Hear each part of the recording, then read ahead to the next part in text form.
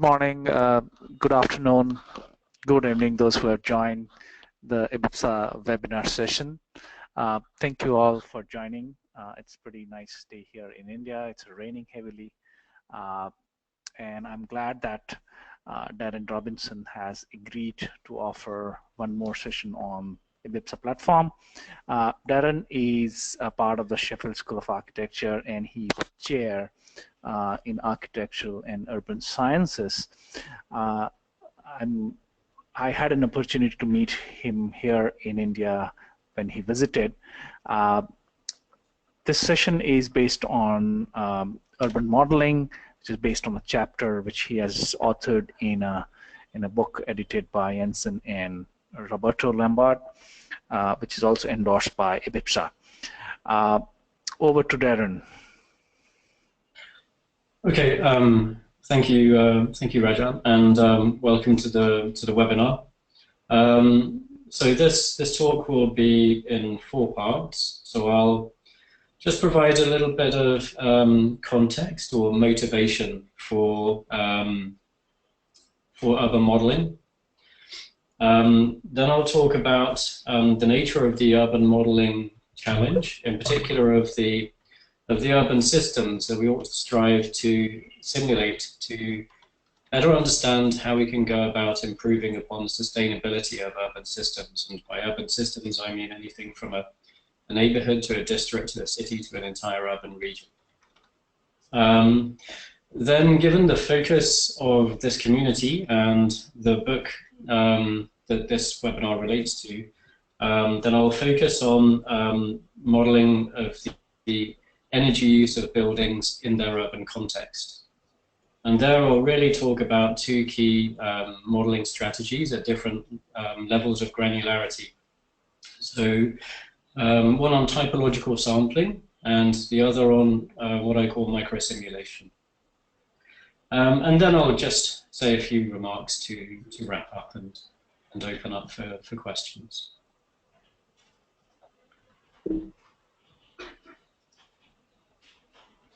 Okay, so a little bit of context then.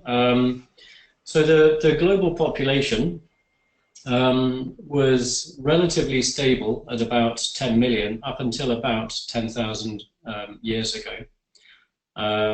We were essentially roaming around in relatively small groups, hunting and gathering our foodstuffs. And then at about 10,000 years ago, we started to get a little bit more organized.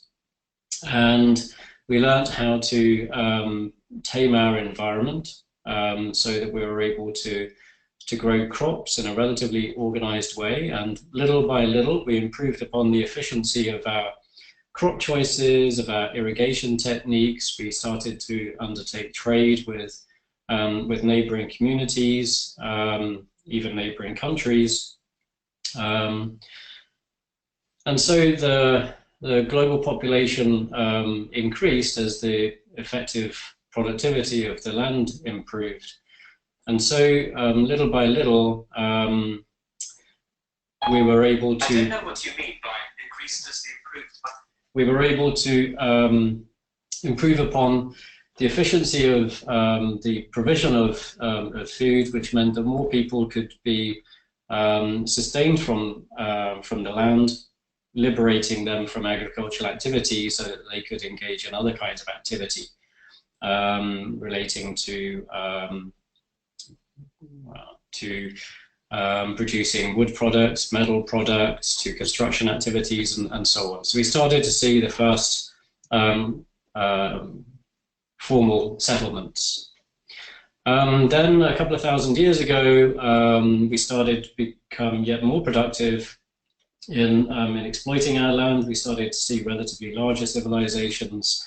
And then, well, the Industrial Revolution took place, and we started to see an explosion in the carrying capacity of land, and of course then the size of the population that could be serviced from it.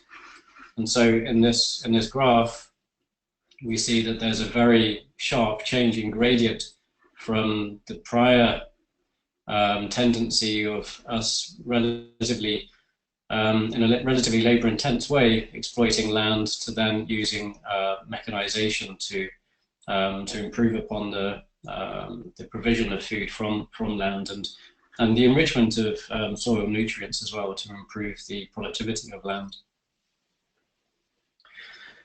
Now, this in itself isn't really concerning, but there is a fairly important equation from environmental economics called the IPAT equation, this one here, which tells us that environmental impacts are proportional to the size of a population in capita, multiplied by the economic activity of that population in GDP per capita, multiplied by the environmental impacts of the technologies that are used to sustain that economic activity, and that could be gigajoules per GDP or tons of carbon dioxide per GDP. So multiply those out and you have your environmental impact. So of course, if the population is growing, then the environmental impacts are growing. If that's also accompanied by an increase in economic activity, as we're seeing at the moment, then we see a corresponding increase in environmental impact. If this IPAT equation is true, then in this graph, if we look at GDP per capita on X and gigajoules per capita on Y, then we'd expect a relatively linear relationship between those two quantities. And sure enough, that's what we observe in these various traces, where each circle or triangle or square corresponds to 1 year in the history of the development of that country or group of countries. Where I take encouragement in this is in this EU strand or thread, where we have a relatively steep gradient in the left part and a much shallower gradient in the right part. And this was really, so that change arose because of the 1973 oil crisis. All of a sudden, fuel prices became extraordinarily expensive, and so we started to see a reduced dependency on vehicles for transport or mobility. We started to see the first regulations for the conservation of heat and power in buildings. We started to see improvements in the efficiency of industrial processes and so on. So I guess the moral of the story is that if we can improve upon the sustainability of the technologies that we're employing to sustain our economic activity, then we can compensate for growth in population and improvements in or growth in economic activity. That's important because, well, China and India combined account for about 2/5 of the global population. The global population is increasing. More significantly, I suppose, we're becoming a more urban species. Economic activity in China and India are increasing at a considerable rate. And so it is almost inevitable that without making substantial improvements to this T, our environmental impacts, I, will increase significantly.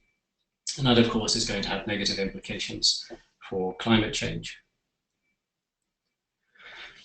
Okay, so as I mentioned a moment ago, the urban population is increasing.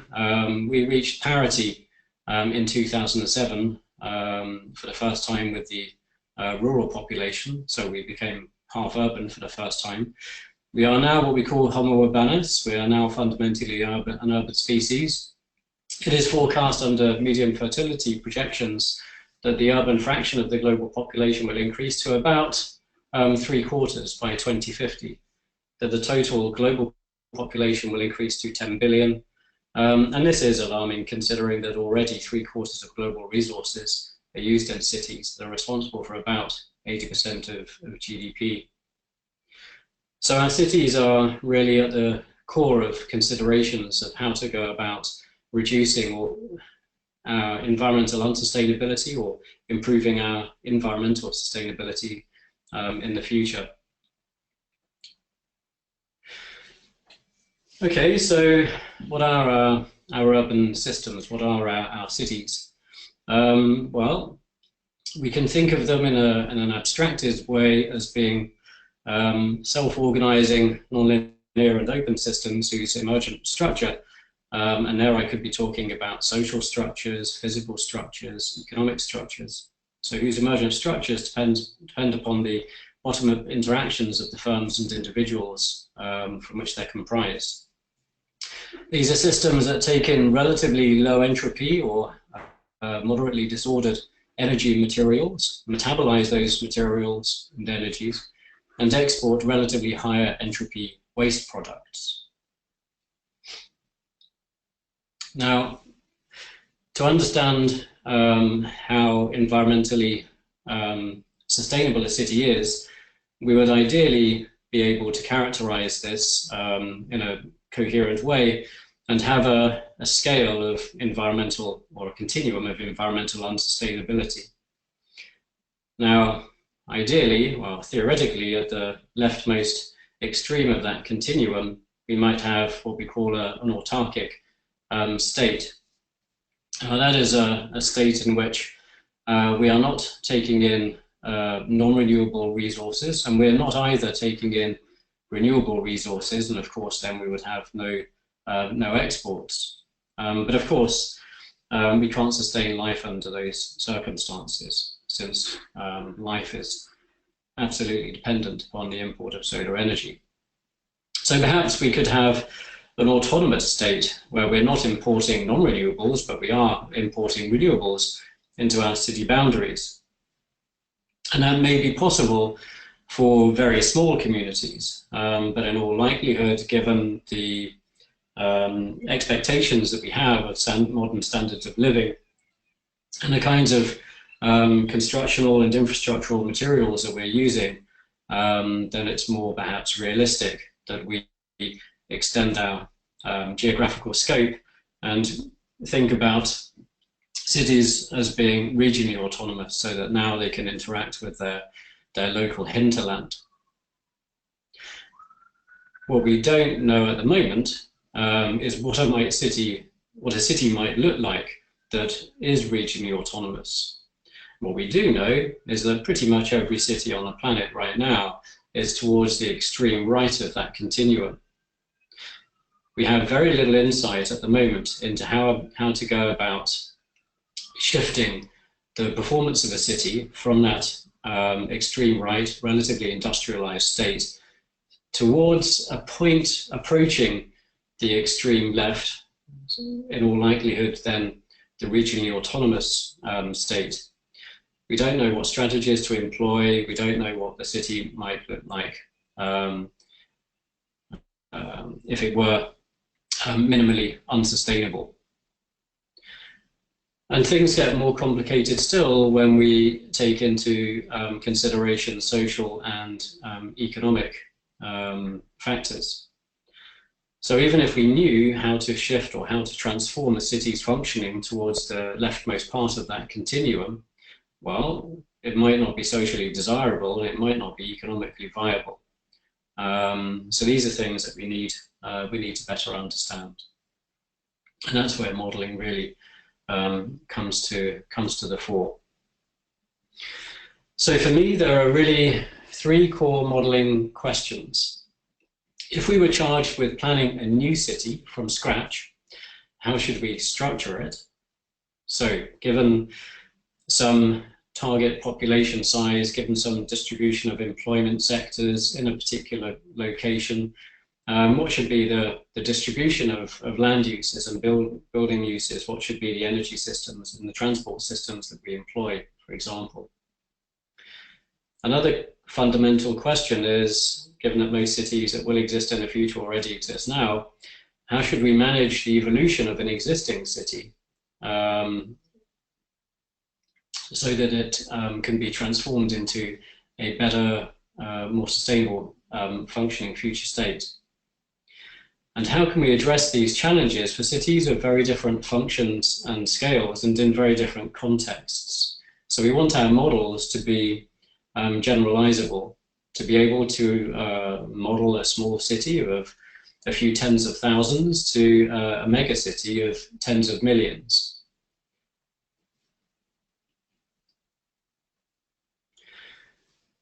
And now we can break this down a little more. So given some objective function characterizing environmental unsustainability, how should our hypothetical city be configured to minimize it? I introduced a couple of these concepts a minute ago. So how dense or compact should the city be? How diverse should the distribution of land uses be? Which transport modes and technologies ought to be employed? Which industries ought to be integrated with the city? And how tightly coupled with the city so that we're able to reuse waste products from one industrial process as an input to another, so that we're able to use waste heat, for example, to heat a city through a district, or a part of a city through a district heating network. How should buildings be designed to reduce resource demands, and of which materials should they be built? That's of course key to our considerations in this community. To what extent can behavior reduce demands? Which thermal and electrical energy conversion, storage and distribution and control technologies ought to be employed, and so on and so forth. You can see that there are a relatively large number of as yet poorly understood questions, and questions that have not been sufficiently resolved with respect to any urban system. At least that's my opinion. And that's because there hasn't really been a fully comprehensive integrated urban modeling platform that enables us to explore these questions in a rigorous way. Doing so is going to take a great deal of time and effort. But there are lots of modeling communities out there right now which are very active in this field, and will continue to be so for many years to come. So which urban systems do we really need to model? Well, of course, in the building simulation community, we're interested in the performance of buildings and the activities that are accommodated within buildings. But those buildings are, of course, occupying parcels of land. And those land parcels are interconnected through infrastructure. Those parcels of land, if they are built upon or not, have a particular surface characteristics which influence the urban climate. So whether they're built or not changes their albedo, it changes evaporative mass and latent heat fluxes. This impacts on the urban climate. The urban climate in turn impacts on the energy use in buildings. And of course, there are anthropogenic heat gains from the systems that are conditioning our buildings, which impact on the urban climate. We're also employing vehicles to transport goods and people between buildings that are occupying parcels of land, and they in turn produce anthropogenic heat gains which impact on the urban climate.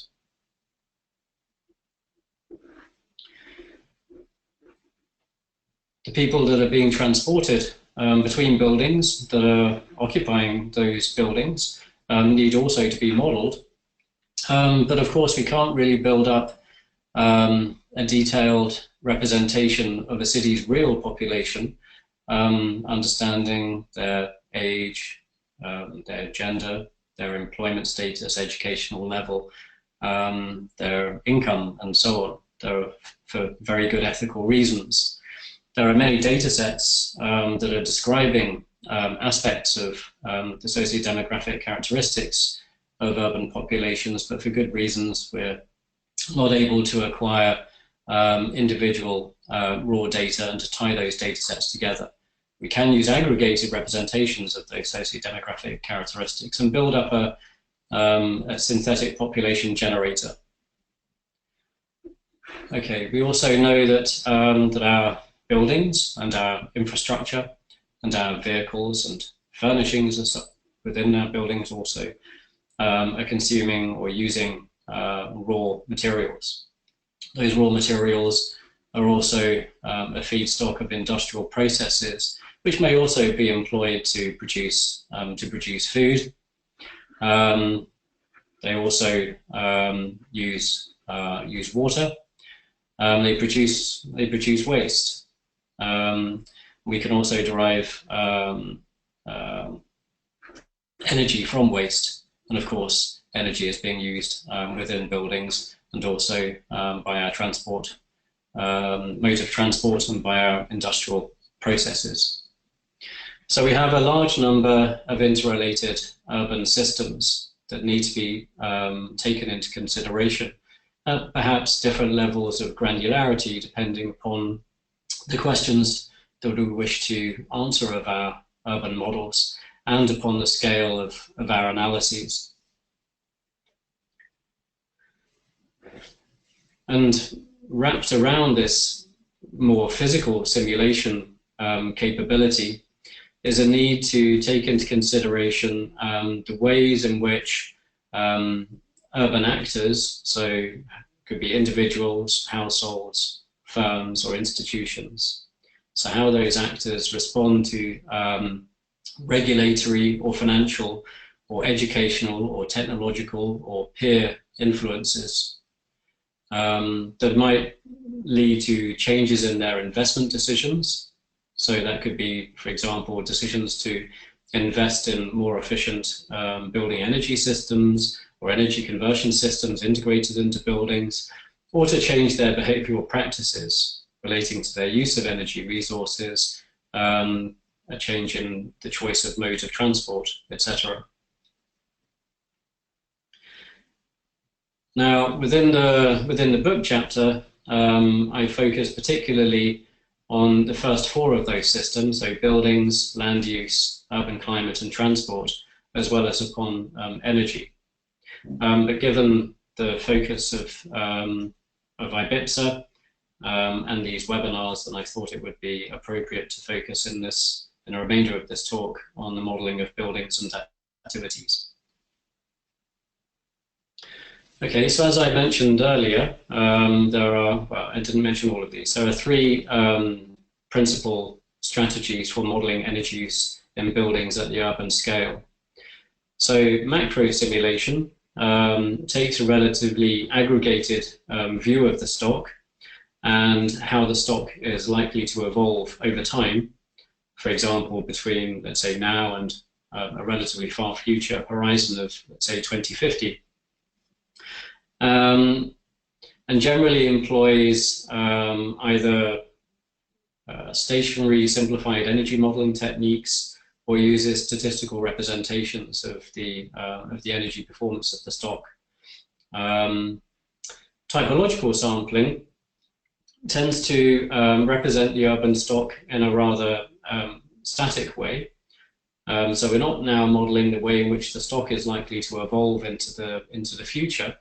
But given the performance of and the characteristics of the stock at present, what is its energy use and what strategies can we employ to reduce its energy use? And in this, we can employ typically either simplified energy balance modeling techniques or employ dynamic energy simulation methods. Increasingly, we employ dynamic simulation techniques.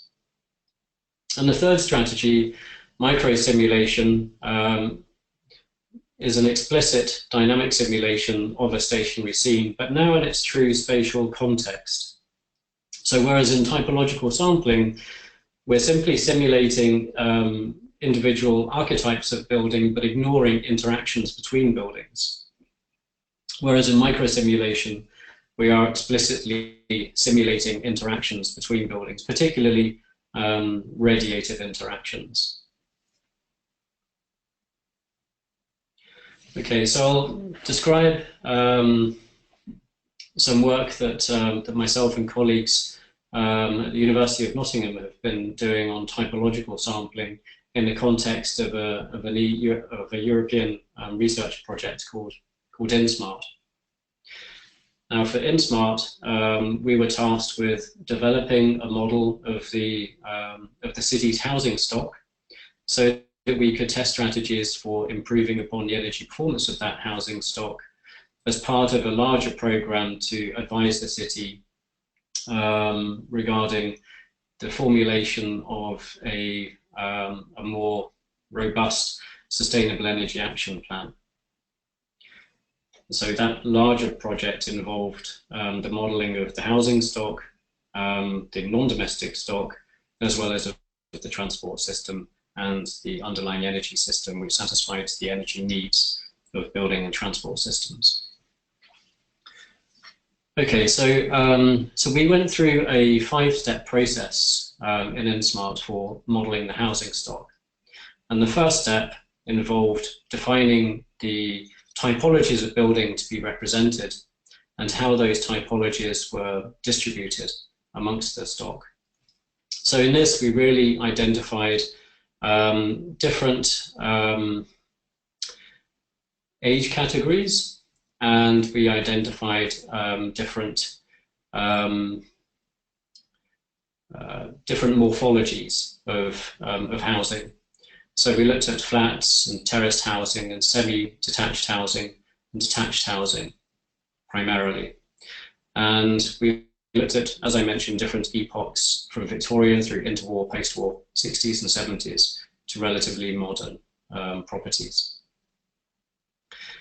So we had cadastral data describing the 2D footprints of all of the buildings within the city, and we needed to process that cadastral data and to acquire land use data to identify which of those footprints represented domestic buildings. Then we employed our own inference engine to identify which of those morphologies was the best match to the footprint that we were analyzing. And then we used a private data set that was available to us to infer the age category of the building. So the next thing that we did was to design and commission a physical survey of the housing stock. Okay, of a sample of the housing stock.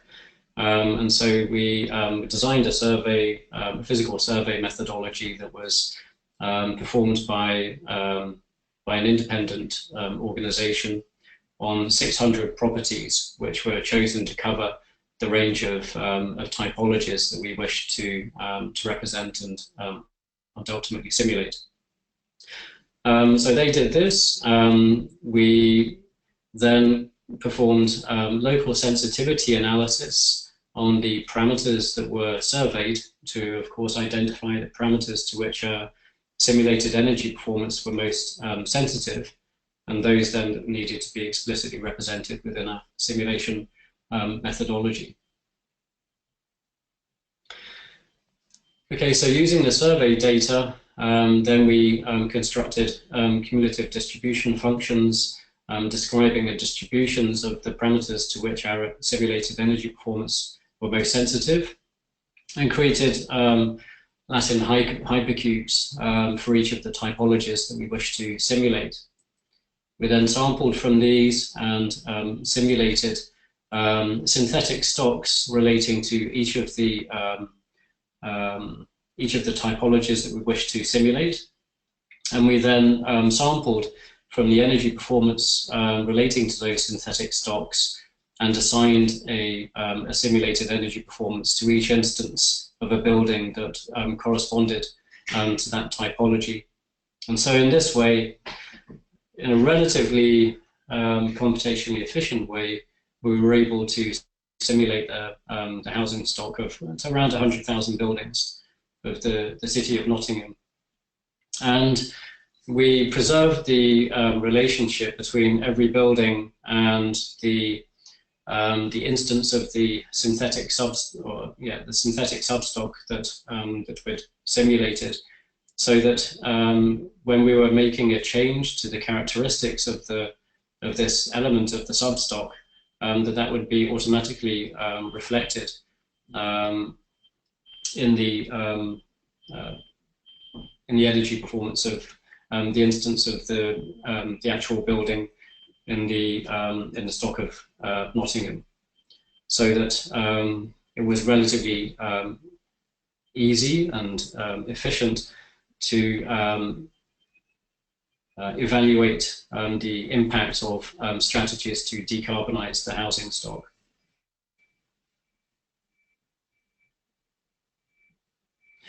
And as I mentioned, this was part of a larger research program in which we were also modeling non-residential buildings, but this time using simple benchmark data.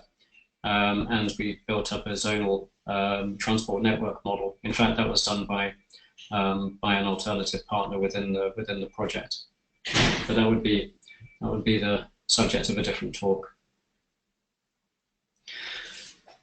Okay, so although the methodology that we employed in this project InSmart was effective, it wasn't necessarily general or generalizable, particularly because we were using our own survey that we'd commissioned that was specific to then Nottingham, and partly because, well, we hadn't really formalized a workflow for simulating the stock of buildings. So more recently, we've been working on the development of a housing stock energy hub that we call EnHub. So that is now an open source and modular platform that is using standard nationwide data sources to enable us to model the housing stock of the entire UK now. We're generating volumetric archetypes, but in a considerably more abstracted way than we did in InSmart. So in InSmart, we were generating three-dimensional models that resembled specific buildings that we judged to be representative of that typology within the city. But yeah, I'll come on to how we've approached that now within the national housing stock energy simulation platform in a moment. And then we're also using a dynamic simulation program of the stock. I should have said that in InSmart and in EnHub, we've been employing Energy Plus. Okay, so we go through 5 processes or 5 steps in the simulation of the stock, which I'll describe now or in a moment.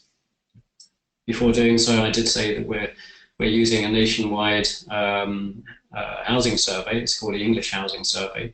This is a continuous survey of the housing situation, describing both housing circumstances and housing conditions. So it's a social survey as well as a physical survey. And over the course of 2 years, then a sample of around 14,000 households is typically surveyed. We are able to extrapolate from those surveys to the entire national housing stock. Attributes that are surveyed include the volume of the house, the heating systems that are employed, the fabric properties, household composition, socio-demographic characteristics like income and education level, and ownership, and whether or not they have a mortgage if they are owner-occupiers. Okay, so although we now have comprehensive survey data describing the national housing stock, and so we can employ that to model, in principle, any city within the country, there is nevertheless fairly significant redundancy. So we have 14,000 surveys, which is probably considerably more than we actually need for energy simulation purposes. Or in fact, we've demonstrated that it is more than we need. So we need to reduce this in a reasonable way. So we've gone about this by identifying 64 volumetric archetypes, and they are defined based on the number of stories that are to be represented by a house, whether or not a basement is incorporated, whether the roof space is occupied, and whether there are left and right attachments. So whether it is, for example, detached, whether it is a semi-detached or a mid-terrace. Okay, so we again use the English Housing Survey data to assign attributes to each of those, to a larger stock that is represented by those 64 volumetric archetypes, so that now we have 1016 semantically attributed archetypes that represent, in a relatively reliable way, the original 14,000 surveys. To identify the parameters that we need to assign, then we once again performed sensitivity analysis, and we use the English Housing Survey weightings to be able to extrapolate from our 1016 archetypes to the entire national housing stock. So each of those archetypes contain, we build up a geometric representation. As I mentioned, we define a number of stories, whether they incorporate a basement, an attic space, which may or may not be occupied, whether they have a left or a right attachment. And then we build up a a fairly abstracted three-dimensional representation of the building, which we then simulate. So we have massing and attachments. We assign constructional characteristics, a location, which of course influences the climate data that's associated with the archetype, household composition, and corresponding activity profiles, appliances, HVAC and cooking systems, and of course the fuel types that are utilized by those systems. And so now we're able to build up a fairly detailed picture of the use of energy throughout the national housing stock.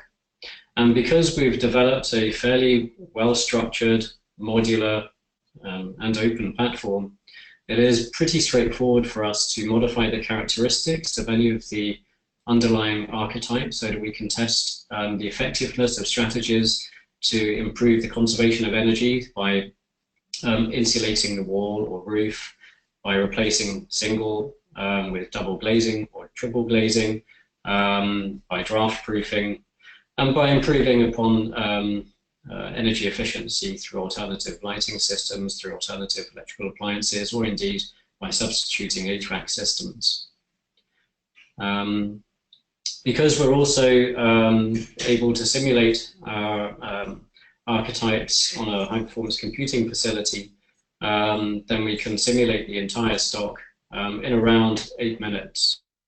So it's fairly computationally efficient, as I mentioned, and straightforward to test a relatively large number of scenarios. And here we do see the relative impacts of alternative scenarios that are described more fully here. And on this graph, we see the relative reduction in energy use arising from each of those individual scenarios, where A represents perfect uptake of all scenarios, and B represents a conditional uptake. So this is accounting for likely constraints to the feasibility of integrating these or adopting these options in practice. Okay, so the other urban energy modeling strategy that I mentioned is microsimulation. And so some years ago, I conceived a simulation platform called CitySim, which was a successor to a prior tool that I designed called Sun Tool. So with CitySim, we're defining a three-dimensional representation of the urban scene that we wish to simulate, and semantically attributing that scene according to the composition of the envelope, the occupancy and appliances, the HVAC and energy conversion systems that are supplying the energy needs of the building, and of course we can then simulate and analyze. So in contrast to a standard individual building simulation program like Energy Plus, in CitySim we're, as I mentioned earlier, attempting to relatively realistically or reliably account for radiative interactions between buildings, and I'll go on in a moment to explain how we do that. So I just wanted to spend a moment describing the solver structure, because it's a little bit different to individual building simulation programs. So we have an internal scene representation that we create in CitySim. Having imported the data describing that scene, we perform a number of radiation model pre-processes that I'll describe in a moment, that essentially defines the relationship between every receiving surface and the sources of radiant energy that supply that surface. We then perform hourly simulations of radiation exchange within our urban scene. Those then influence the energy flows at the surfaces that influence our simplified dynamic thermal model. Our thermal model and our radiation model influences models of occupants' behavior relating to their use of windows, to their use of lights, to their use of blinds, which then, of course, impact in turn the radiation model and the thermal model. We then call upon an HVAC modeling capability if we're using air as a medium for satisfying our heating and cooling demands. Then we're calling upon a family of energy conversion systems to supply the energy needs of those HVAC systems. If they have insufficient capacity, then we need to calculate a revised thermal state in each of our zones to be simulated. And so we repeat that process for each hour, for each of the buildings within our urban scene that we simulate. Okay, so I thought I'd take a moment to describe a little bit the radiation model.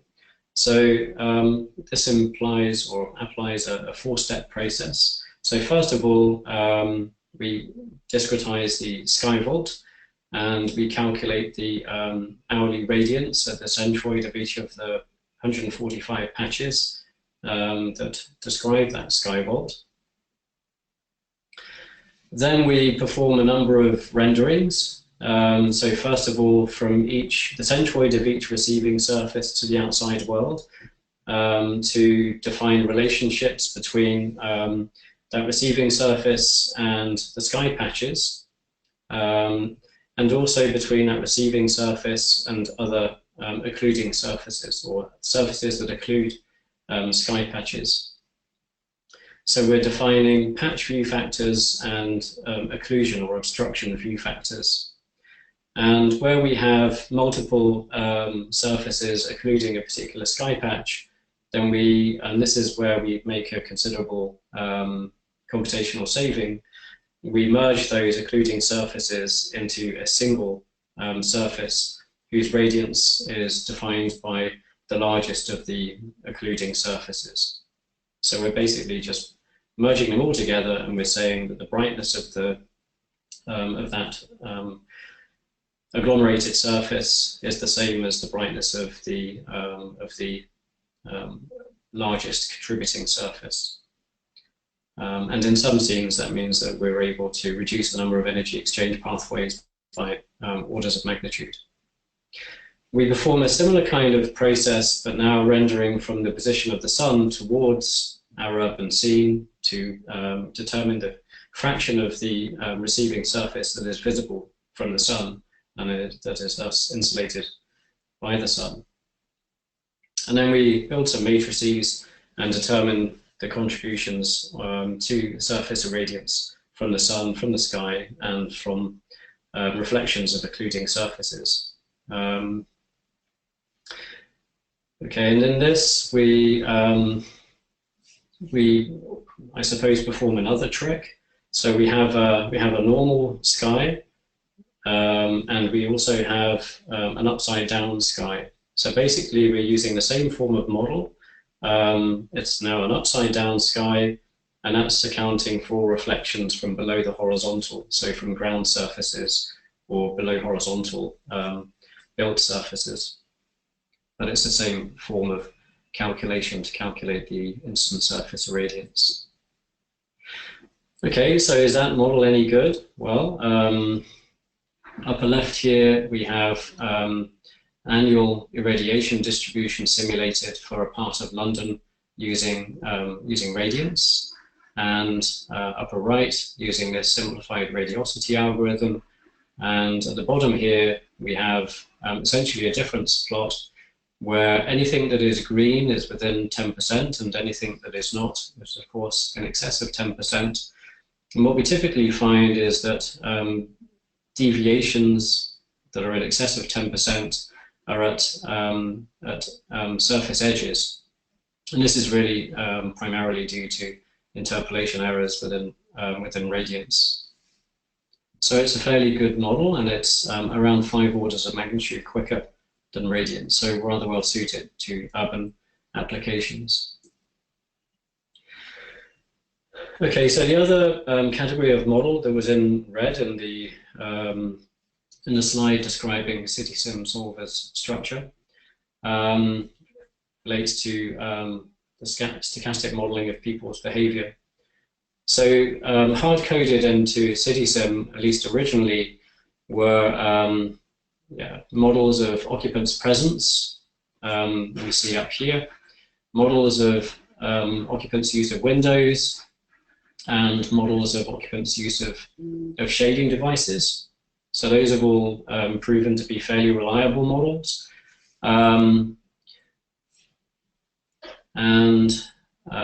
I think I'll skip a little minute because I'm starting to run a little bit late in this webinar to this slide. Okay, so now in CitySim we're basically substituting those hard-coded models now with a link to a new multi-agent stochastic simulation platform called NOMAS that we've developed. So NOMAS enables us to generate a synthetic population of agents to assign properties to those agents that are then going to subsequently impact on their behaviors and their ownership of things like electrical appliances. We can simulate the activities in homes of the members of our agent population. We can simulate chains of presence and absence of members of a workplace population. We can predict, or we can infer where they are when they're performing their activities, what the metabolic heat gains are. We can simulate their heating set point choices, and of course, using our prior models, use of shading, window, and lights. We now also have a social interaction framework that enables us to emulate the process of negotiated interactions so that groups can make combined decisions. And I'll describe in a few moments the extension of this framework to model demand-side management.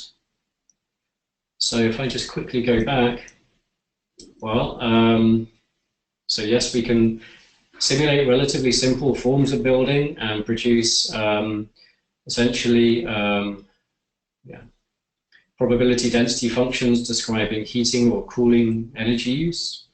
We can produce predictions describing the energy use of relatively more sophisticated buildings, and here we've got a comparison between simulated and observed daily total heating energy use, and we found that we performed rather well.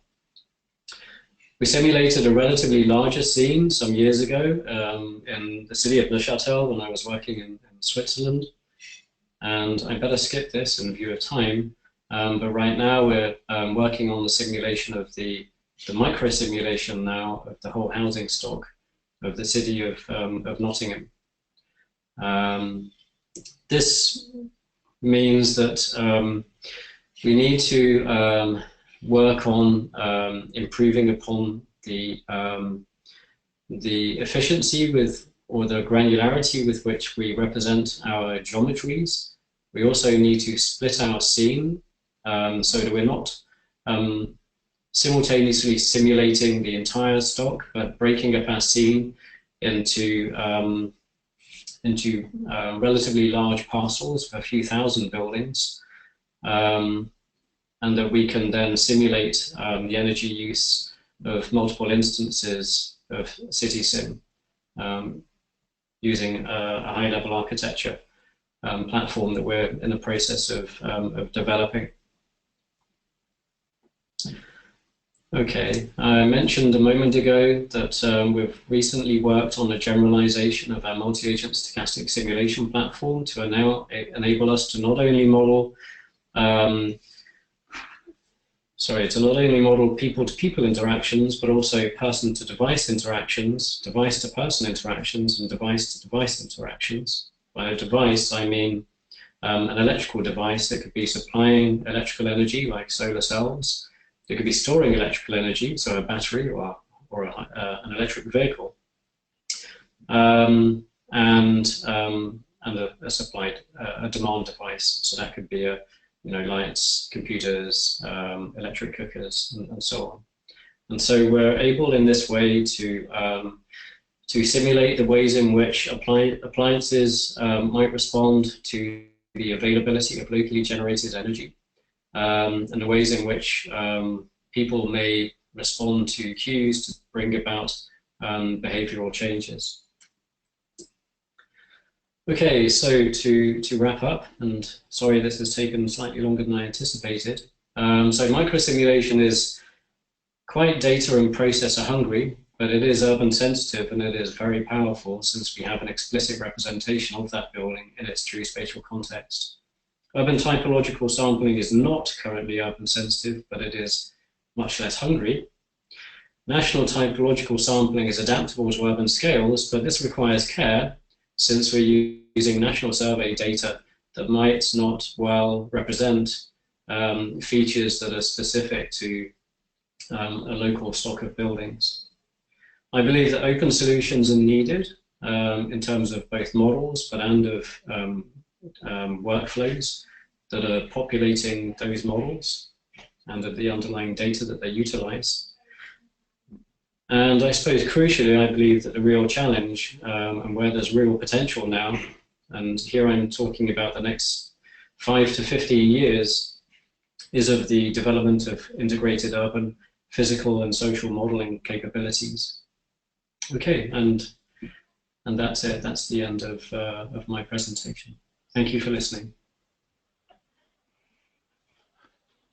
Thank you, Darren. This is very useful and quite informative. There are around 63 people around on the webinar, and I invite any questions you have for Darren. I still have not received any question on the question pane, but if at all anyone has and wants to raise a hand, I'll be able to unmute one of you and be able to address the questions. Anyone has a question so far? I can wait for some time. Yes, Ali, can I unmute you? Do you have headphone? Can I unmute you and would you like to ask question?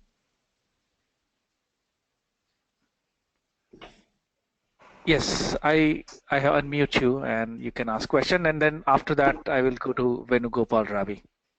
I think it's my question is, I saw the logo of Design Builder. I'm not sure where it was used in this process, on this research. Okay, I'm sorry that I covered a lot of ground in that talk and didn't go into much detail in any one thing. Okay, so the Design Builder logo was on a slide relating to our multi-agent stochastic simulation platform. We have developed, in collaboration with Design Builder, an interface in Design Builder to NOMAS, this multi-agent stochastic simulation platform, so that now in the next release of Design Builder, users will be able to simulate their buildings using Energy Plus, but accounting for stochastic behavior using our NOMAS platform.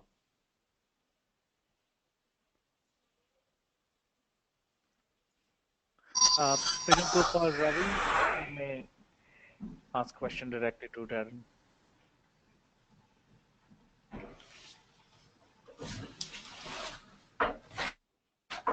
Hello. Hello. Hello. Yeah.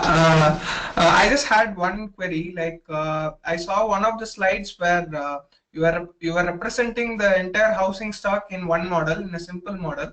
So how did you go about modeling it? Like which software have you used for that? Okay. So I'm not sure which slide you're referring to. Was it this slide?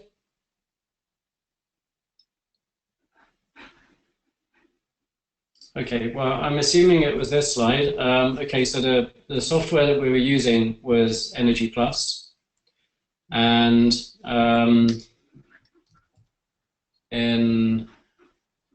okay, so in this slide, there's also Energy Plus. Slide 20. Slide 20. Yeah. Okay, so also Energy Plus. So, okay. But this is the national housing stock model, but we can also use that at city scale. Okay, okay. So what you have done is you have attributed all the HVAC properties, all the the material properties that you have collected from your survey, and you have run the simulation, right? Yes. Okay, okay, okay. Thank you so much. Welcome. Do you have any other question from the audience? Oh yes, Yanis Marlet and Godfrey Edinburgh. So I will go for a question from Marles. Just a minute. I'll unmute him or her. Yanis, you can. I have unmute you. You can ask question. Yanis, can you hear us? Okay, let me ask a question on their behalf. Thank you, Darren, for the presentation. I was impressed by the number of archetypes of you typologically sampling simulation. Did you access the difference of accuracy between the 64 typology and 1000 typology? And then sort of another question is, how did you define the number of archetypes? Okay, so so the 64 archetypes. Okay, so let's go back. So these are volumetric archetypes. Okay, so they're just basically different assemblages of cuboid. And the 1016 is a larger stock of. So it's many instances of the same 64 cuboids, but which have now been semantically attributed using Latin hypercube sampling of the parameters to which their simulated performance was most sensitive. And we also simulated the entire stock of 14,000 models using the raw English housing survey data. So we've got a factor of 14 or so reduction in the number of models that we needed to simulate, or archetypes, if you like, that we needed to simulate. And we found that, so you can roughly see here, so these are distributions of ground floor area and story height for the case of Latin hypercube sampling and the original survey data set. We found that the deviation in simulated performance was, from recollection, below 5%. Okay. Now probably I'll unmute Professor Ogunbro. Professor, can you hear me, and would you like to ask a question to Darren? Yes, Rajan. Thank you. Darren, hi. My question, maybe you can already anticipate the question. We find that the variability across households is usually so large that it's hard to define any reasons why that variability is so large. So my question is always, when I see the sophisticated modeling attempts at the urban scale, whether that variability doesn't defeat our attempts to make reliable models. How do you get across that problem? Okay, so the honest answer is that at the moment, in a pretty rough way, so we're generating probabilistic profiles relating to the use of lights and appliances in homes that is based on survey data. So fine-grained 10-minute survey data from about 250 households in the UK. The next direction of travel for us in the housing stock simulation is to couple with EnHub our low-mass simulation platform, in which we're able to simulate activities and activity-dependent use of appliances based on time-use survey data. And that time-use survey data describes at 10-minute intervals people's activities from a list of 69 candidates for a population of about 12,000, and that's conducted every 10 years, and the last one was conducted in the UK about 1.5 years ago, 2 years ago. So that's the direction of travel. At the moment, we've got an intermediate solution, which I think is a little bit rough. Okay, thank you. Okay. Now we have probably the last question from Purnima V.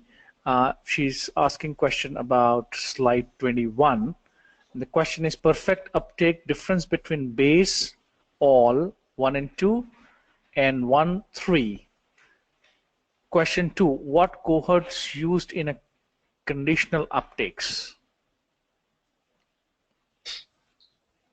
Okay, so conditional uptake simply represents constraints, and honestly, based on a set of assumptions, given what we know about the socio-demographic characteristics of the households and of the conditions of the houses and the efficiency of the characteristics of those houses as they are at present.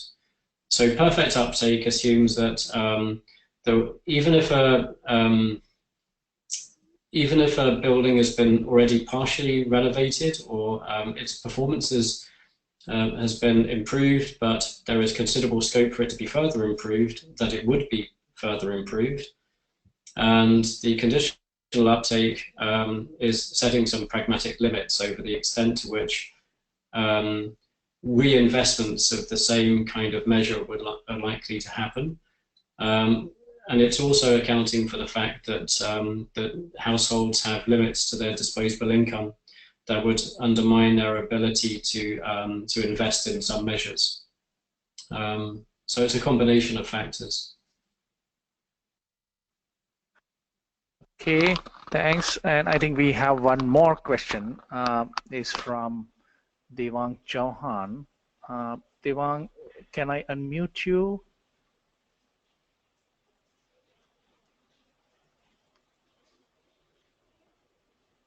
Hello?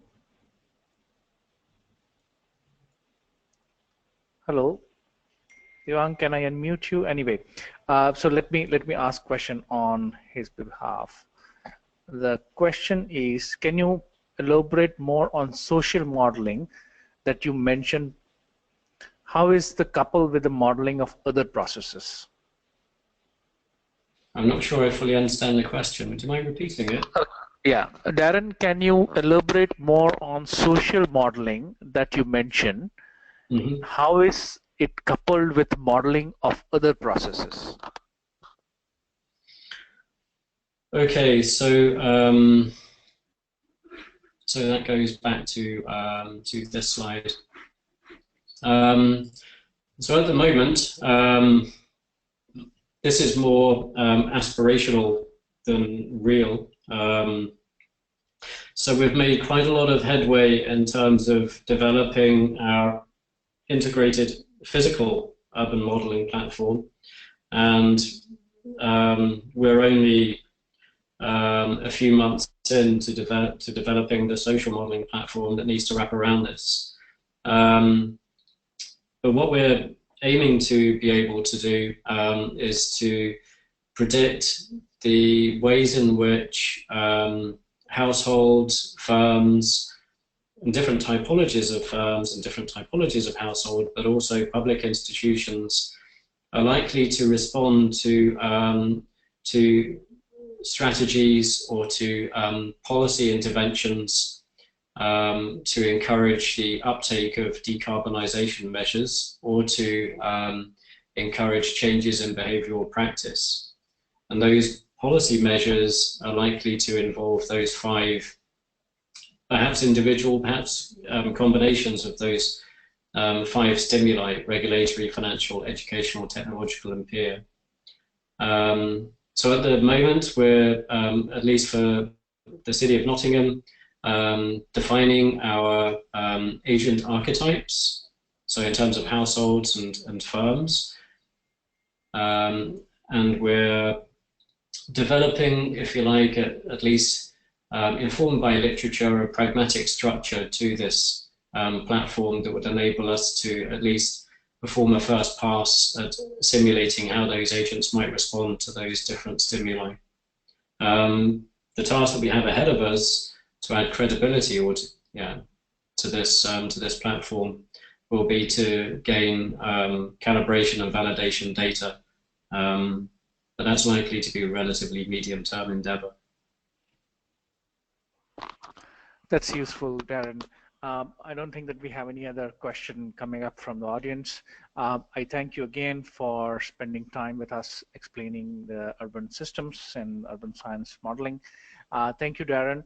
For the audience, I suppose all of you are aware about the next conference coming up in San Francisco, and I request all of you to join us during that conference. It will be a pretty enriching experience whenever we go to such conference. Thank you very much to all, and special thanks to Darren. Thank you. Thank you for joining us.